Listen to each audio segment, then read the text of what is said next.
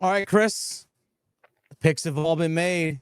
Give me a grade. Right off the top, give me a grade. Panthers draft. A.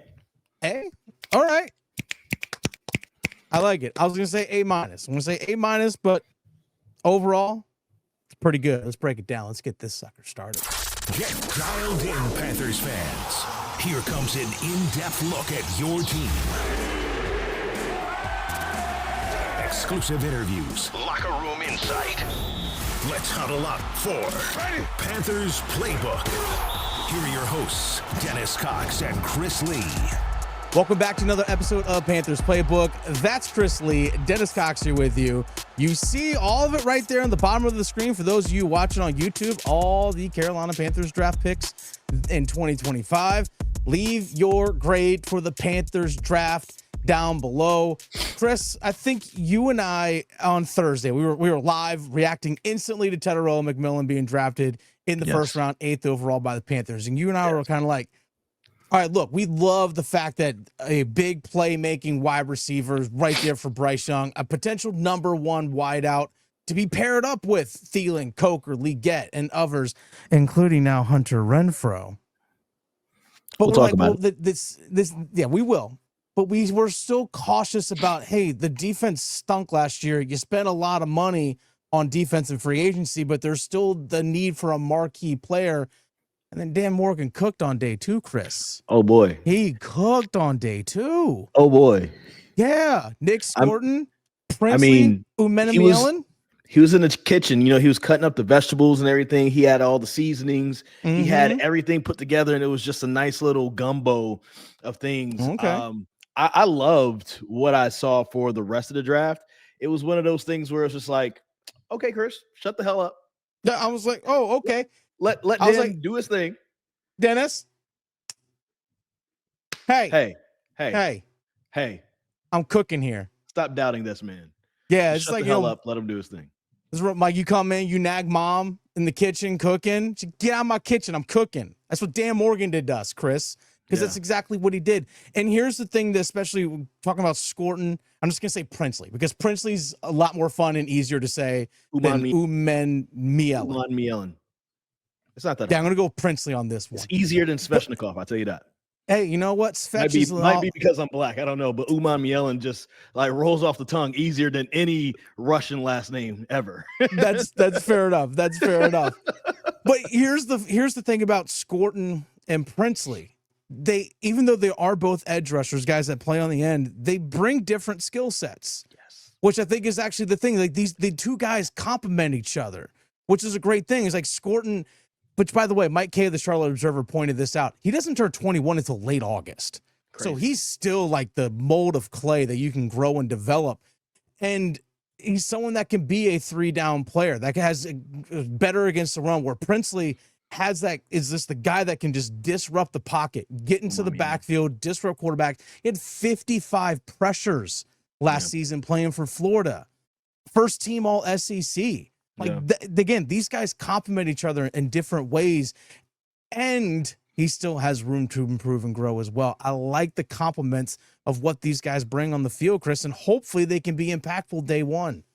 You know, I had huge hopes back when we had Brian Burns in the first round, and I want to say 3rd or 4th round, we got Christian Miller. I don't know if you remember that, but Christian Miller from Alabama. I think it was 4th round because we went through everybody 4th or 5th round. So we went through everybody. Christian Miller was a 4th round pick out of Alabama. So he didn't play that much in 2019. 2020, he took the COVID year off and all that type of stuff. They still paid him, and then he just never got back into it after that. And now he's doing like sideline reporting or whatever. But in practice, I remember going to that training camp and going to that rookie mini camp and seeing those guys in 2019 and being like, yo, if the Panthers can figure out with these two, they got two young guys coming off the edge with each other, both with great pedigrees, Christian Miller from Alabama and, of course, Brian Burns from out of Florida State. And it just never quite worked out. And once I was looking at what was going on when the Panthers made their pick for the 2nd round, then for the 3rd round, I was looking like, whoa, this is possibly what could have been with Burns and Miller. The difference is these two are probably more closer together as far as ability is concerned. It's Yeah. just that Umanmielen got drafted in the 3rd round later than what Scourton did. And I thought about exactly what you said. They both bring like 2 different things to the Carolina Panthers. And, maybe we could talk about this as well. Sure. Dive in. Dan Morgan and Dave Canales were a little bit non-committal in talking about the future of Jadeveon Clowney. Yeah. And it's interesting when you now look at that room, that edge rushing room by DJ Johnson. You know what I'm saying? Yeah, that might be the case. Or maybe you keep him if you want to stay cheap or whatever, and you have other people who are going to play ahead of him. But then you're going to say bye to Jadeveon Clowney. But you have now these guys with Patrick Jones and DJ Wanham. Those are the 4 that for sure looks like they're going to make their roster, 53-man roster, pending health by that time of the season. But it's going to be good to see that these young guys can be in there in the rotation, and hopefully they have an impact on defense as well, getting to the quarterback. And don't factor in how special teams plays a role in these guys as well. There's still Amari Barno, who's on the final year of a rookie contract as well, who missed a bunch of the season last year because of a knee injury suffered at the end of the 2023 season. I could see him sticking around just for special teams and for backup injury purposes. I mean, yes, and he's great at that role. Yeah. So, I mean, and also letting go of Jadeveon Clowney would save, if I remember correctly, $7.75 million in cap space, which could be used to potentially add other guys to the roster. Because here's the thing, there are still a couple of holes that are still out there on this team. Now, there's a surplus of edge rushers. There's a surplus of interior defensive linemen. Like Shai Tuttle, who's a veteran, might be forced out as well, especially after the drafting of Cam Jackson. Cam Jackson is in the mold of Bobby Brown. These guys play on 1st and 2nd down or run stuffers. That's what those guys are. Yeah. So it might force out, again, because you have Derrick Brown coming back, Ashawn Robinson. I mean, there's also Treshawn Wharton that they signed as well. There's still Jaden Crumity, last year's 6th-round pick. So Shai Tuttle might be pushed out, even though he took a pay cut to stay. That's just the reality of how things go. But they're still thin at corner. I know they drafted Lathan Ransom in the 4th round from Ohio State, the safety, but they might want to add another piece to that room possibly. So this roster is still not complete, but overall, there's they want competitions for spots, Chris. They found it, especially. Look at wide receiver. Just over the weekend, who they've added. They drafted Tetairoa McMillan, number 1. In the 6th round, they drafted Jimmy Horn, who I think if he's going to make the teams at special teams, especially in the return game, because he excelled at that at Colorado. And then you add Hunter Renfrow into the mix. Are we going to go, pick by pick? I mean, we can. Let's dive into it. Okay, because I was going to say, if we're going to stay on Jimmy Horn, I just, I got a lot to say about this. Okay, all right. I'm excited about Jimmy Horn Jr. Yeah, because, and here's the thing, and I was saying this to myself. I haven't said this out loud, so it might sound stupid coming out loud, but I'm gonna say this: if the Panthers, let's say they would have gotten edge rusher with their 1st round pick, still would have done something else with 2nd and 3rd or whatever, maybe still end up with Princely Umanmielen or Nick Scourton and something else.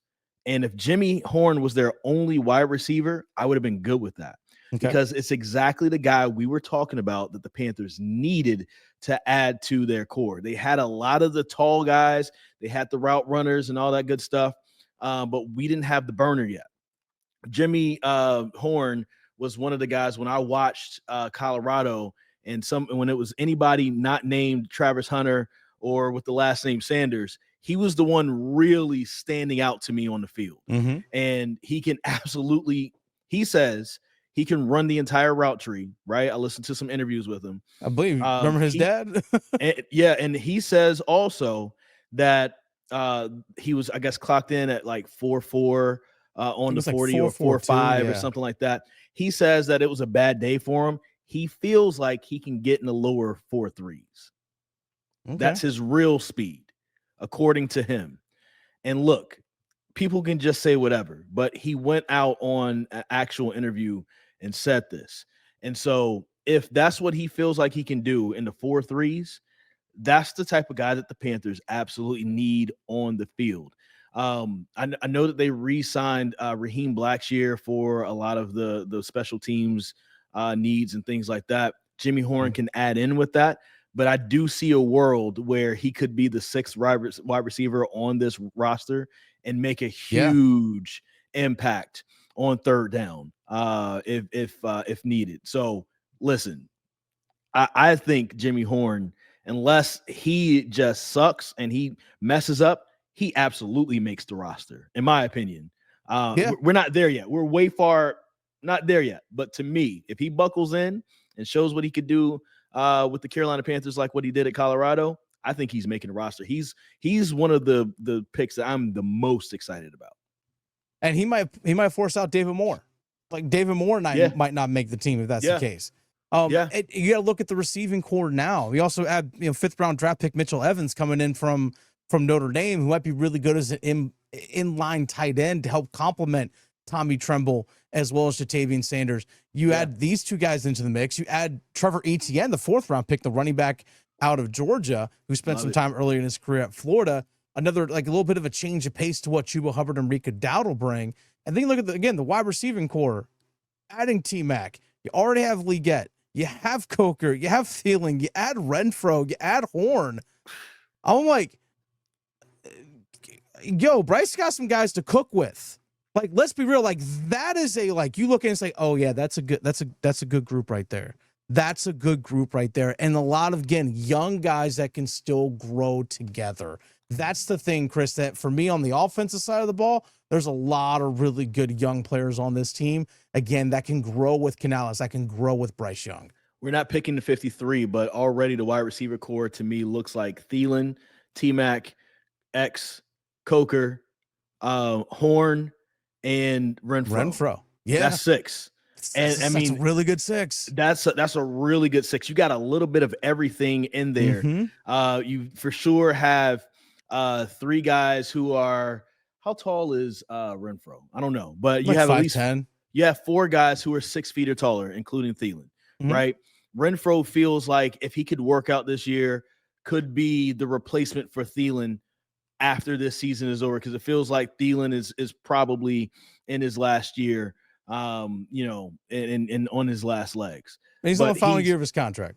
He's known as Renfrow is just one of the best route runners in the NFL. We saw what happened when one of the best route runners in the NFL spent a cup of tea with the Carolina Panthers last year, and he had an amazing year with the time he had with the Carolina Panthers until he started running his mouth and he went somewhere else and he wasn't used at any of those stops. Kept getting let go. So Hunter Renfrow can step into that spot and occupy that spot along with having a T-Mac and along with having a Jimmy Horn who can stretch the defense, man. Like exactly what me and you were saying that the Panthers needed, they got. And so on offense, I honestly don't feel like there's many question marks. The only question mark is now go out and do it and prove it, right? Yeah. You don't need to lean on Mitchell Evans because I feel good with Jadeveon Sanders and Tommy Tremble. But if Mitchell Evans adds anything to you, then can't complain. Amazing. The questions are really going to be on defense. And I love it. I love everything that the Panthers did on defense, besides not getting enough help in the DB room. But I do love everything they did on defense in this draft. Overall, there's competition. There clearly was an emphasis on guys playing on the front, and obviously, and stopping the run. Morrig, the safety that they signed from the Vegas Raiders, helps out in the run tremendously. There's also you look at the fourth round pick, Lathan Ransom, also really good at coming up in the box against the run. And then also you added Bobby Brown, who is a true nose tackle. Like I'm talking big body guy. Same with Cam Jackson. Cam Jackson, 6'6", 328 pounds with long arms that can just stalemate guys in the middle. If you're gonna run in a base 3-4, you need someone that can be a 2-gap guy in the middle of that defense. Now you got two of them. You had none of it last year. Now you got two guys that can do it, along with Derrick Brown coming back and Ashawn Robinson and Trevon Wharton. I'm like, there is so much that they put on in the front. And then, like you said, you add Patrick Jones, complimentary situational pass rusher to go with Princely and Scourton.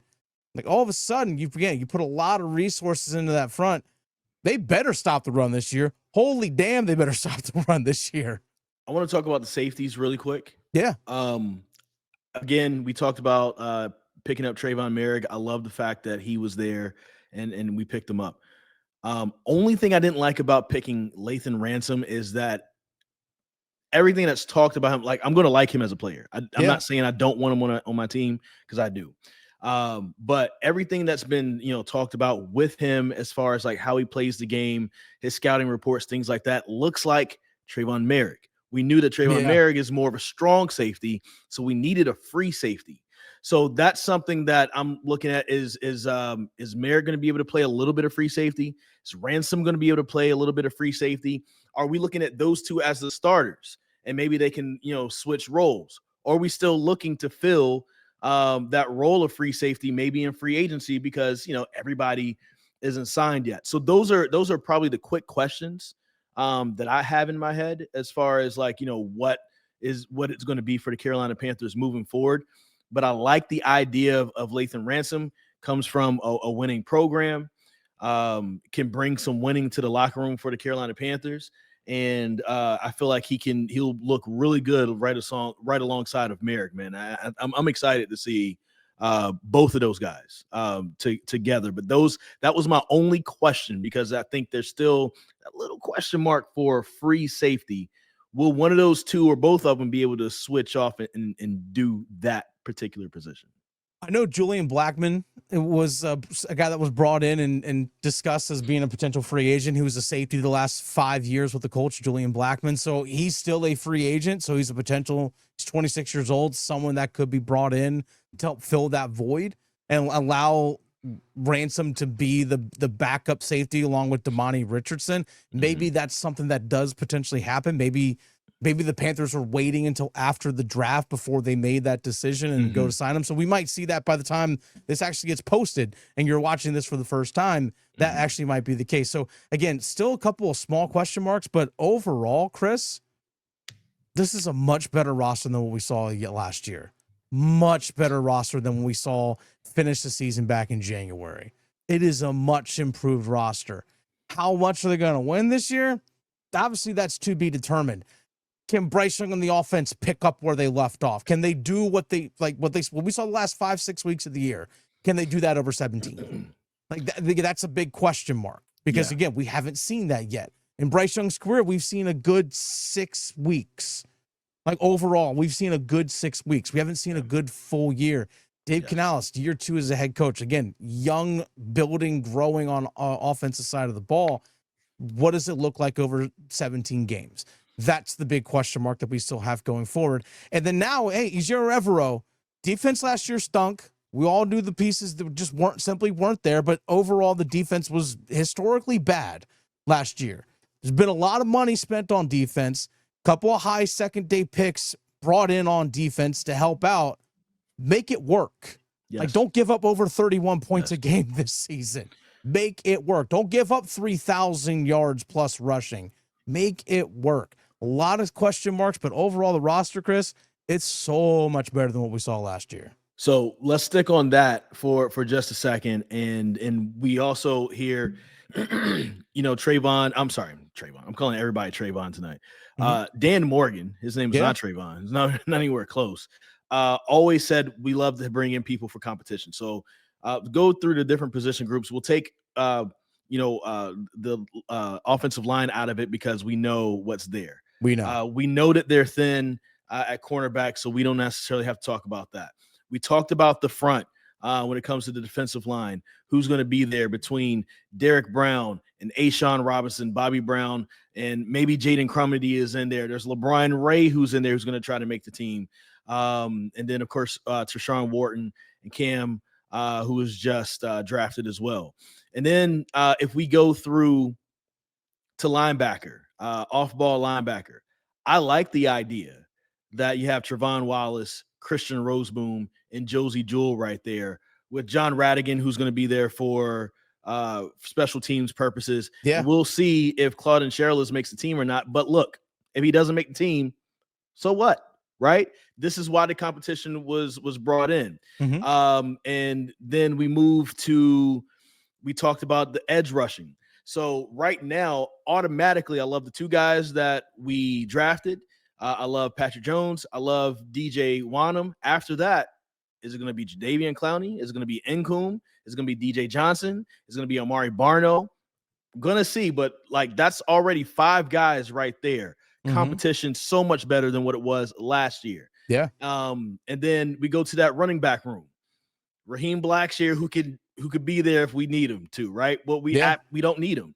Chuba Hubbard, you got Rico Dowdle, and now you've got Travis Etienne, and Amani Bailey is on the team, but I'm not expecting much out of Amani Bailey. I don't expect him to be on the team, but it's already better competition in that room as well. Talked about safeties. We need more competition for the safeties. And then tight end, remember, Jordan Matthews is still on his team. Still on his team for now. Yeah. Jatavian Sanders, Tommy Tremble, and then now what's my man's name? Who got Mitchell drafted? Evans. Mitchell Evans, right? And I'm not going to even really count Colin Granger. He's a cool little story, but between all of that, like we're going to have a good tight end room. With that, there's more competition there as well. And then we talked about the wide receivers. Xavier Legette, TJ Luther, Dax Mline, Jalen Coker, Dan Chisena, Hunter Renfrow, David Moore, Adam Thielen, Bryce and Tremaine. And of course, we got Jimmy Horn and T-Mac. Bro, all the competition all around for the different position groups, so much deeper. So once they actually make these cuts, here's one of the things I always love about, I think I've said this to you before, Dennis. One of the things I like when you look at the NBA, sometimes you can tell who's going to end up having a really good main roster by how good their G League roster is, their development team is, right? The Canton Charge for a long time was the standard of the G League. Right now, who's one of the top teams in the NBA in the Eastern Conference? Cleveland Cavaliers. It is the Cleveland Cavaliers. Yeah. And the Canton Charge feed into the Cleveland Cavaliers. For a long time back in the day, the Spurs used their affiliate to feed in. Same thing you could talk about in Major League Baseball. Back in the day, the farm system for the Chicago White Sox was off the hook. I mean, there was so many great folks in there. I mean, they're not as good right now. You know what I'm saying?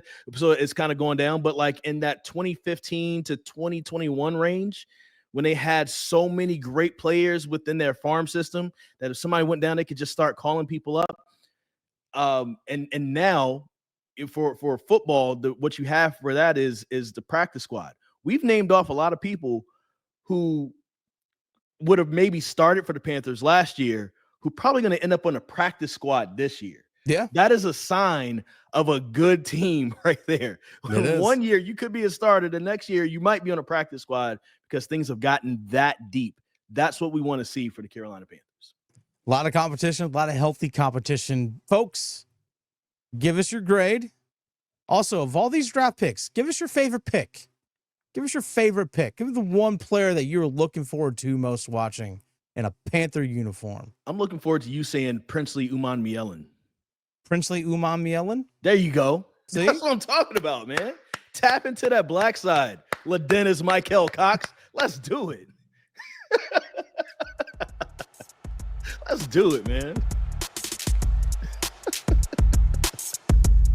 We'll see y'all next time.